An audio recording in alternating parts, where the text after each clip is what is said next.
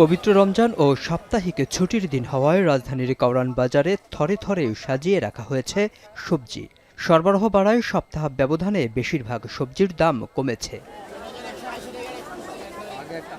গেল সপ্তাহে যে বেগুন ছিল ১৪০ টাকা কেজি, তা এখন বিক্রি হচ্ছে ৮০ থেকে ১০০ টাকায়। এছাড়াও শিম ৫০ টাকা, টমেটো ৫০, শসা ৪০ থেকে ৬০ টাকা এবং গাজর বিক্রি হচ্ছে কেজি প্রতি ৫০ টাকায়। পেঁয়াজের দামও কিছুটা কমে বিক্রি হচ্ছে ৪০ টাকা কেজিতে।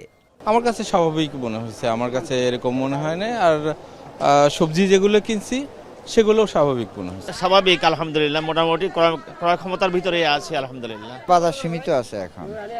হ্যাঁ, এইভাবে থাকলে হয়তো আমাদের চলা যাবে। আচ্ছা, বেশি কোনো দাম কৃষকের লস। রমজানের ঝালের চাহিদা বাড়লেও দাম কমেছে কাঁচামরিচের। বিক্রি হচ্ছে প্রতি কেজি ১০০ থেকে ১২০ টাকায়। এদিকে কিছুটা কমেছে ডিমের দামও। বাজারে ১ ডজন ডিম কিনতে ক্রেতাদের গুনতে হচ্ছে ১০০ টাকা।